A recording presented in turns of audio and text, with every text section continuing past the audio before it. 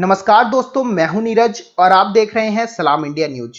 दोस्तों, भारत और नेपाल के बीच चल रहे विवाद के बीच अब गोरखा रेजिमेंट की बात निकलकर सामने आ रही है। क्या गोरखा रेजिमेंट भारत के खिलाफ जाकर नेपाल की बात सुनेगी? आज के इस वीडियो में हम इसी टॉपिक पर बात करेंगे। इंडियन आर्मी में बेहद आक्रामक मानी जाने वाली गोरखा रेजिमेंट दुश्मनों के लिए काल है। गोरखा रेजिमेंट में ज्यादातर सैनिक नेपाल के होते हैं।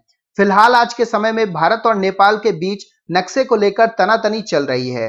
नेपाल ने हाल ही में भारत के इलाके को अपने नक्शे में दिखाया है और फिर संसद में उसे पास भी करा लिया है। इसी को लेकर दोनों देशों के बीच विवाद भी चल रहा है।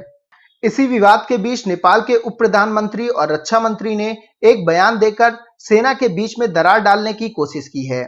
नेपाल के उप प्रधानमंत्री और रक्षा मंत्री ईश्वर पोखरेल ने भारत में रह रहे गोरखाओं को सेना के खिलाफ भड़काने वाला बयान दिया है। दरअसल कुछ दिनों पहले भारतीय सेना प्रमुख जनरल मनोज मुकुंद ने चीन के संदर्भ में कहा था कि नेपाल की सरकार किसी और के बहकावे में आकर काला पानी का मामला उठा रही है।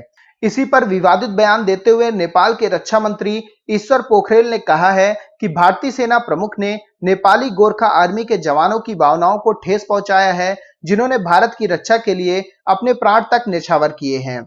उन्होंने यहां तक कह दिया कि जनरल मनोज मुकुंद गोरखा आर्मी के सामने कैसे सिर उठा पाएंगे। हालांकि नेपाल के उप मुख्यमंत्री और रक्षा मंत्री ईश्वर पोखरेल का बयान पूरी तरह से गलत और भड़काने वाला है, क्योंकि भारत नेपाल का सीमा विवाद से गोरखा रेजिमेंट का कोई मतलब ही नहीं है। पर दोस्तों, आप भी सोच रहे होंगे कि नेपाल के गोरखा का भारतीय सेना से क्या लेना देना, जिसका जिक्र नेपाल के रक्षा मंत्री ने किया है। बता दें कि ये पहला मौका है जब नेपाल की कम्युनिस्ट सरकार ने किसी विवाद में गोरखाओं को घसीटा है।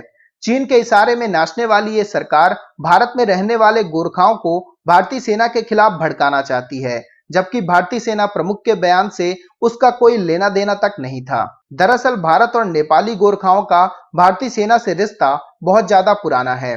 गोरखा रेजिमेंट की शुरुआत 1815 में हुई थी। उस दौरान यह रेजिमेंट ब्रिटिश इंडियन आर्मी का हिस्सा थी। बाद में जब इंडियन आर्मी वजूद में आई तो इसका नाम गोरखा रेजिमेंट रखा गया।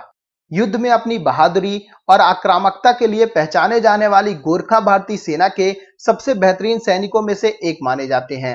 अपनी बहादुरी के चलते इस रेजिमेंट को भारतीय सेना में कई महत्वपूर्ण पदक और सम्मानों से नवाजा जा चुका है। दुनिया में सिर्फ 3 देश नेपाल, ब्रिटेन और इंडिया के पास ही गोरखा रेजिमेंट है। गोरखा रेजिमेंट मुख्य रूप से नेपाल के गोरखा समुदाय को भर्ती करती है। अब इस तरह से ओली सरकार का गोरखाओं को उकसाना दिखाता है कि वो किस तरह से चीन की कठपुतली बने बैठे हैं। बता दें कि नेपाल में एक गोरखा नाम का गांव है, जो हिमालय के तराई में बसा हुआ एक छोटा सा गांव है। गोरखा नेपाल के मूल निवासी हैं। इन लोगों को यह नाम 8वीं शताब्दी में हिंदू संत योद्धा श्री गुरु गोरखनाथ ने दिया था। इनके यहाँ बच्चों के जन्म लेने के साथ ही सिखाया जाता है कि डर के जीने से अच्छा है मर जाना। भारतीय सेना में 2 तरह के गोरखा सैनिक शामिल हैं। पहले भारतीय नागरिकता प्राप्त गोरखा, दूसरे नेपाली गोरखा। दरअसल नेपाली गोरखा की भर्ती 1947 में भारत, नेपाल और ब्रिटिश के बीच हुई संधि के तहत की जाती है।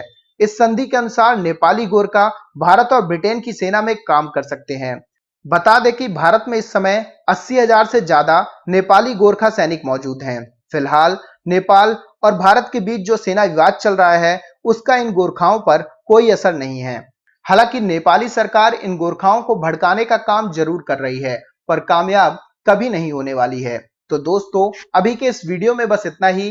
तमाम अपडेट्स के लिए आप बने रहिए सलाम इंडिया न्यूज के साथ।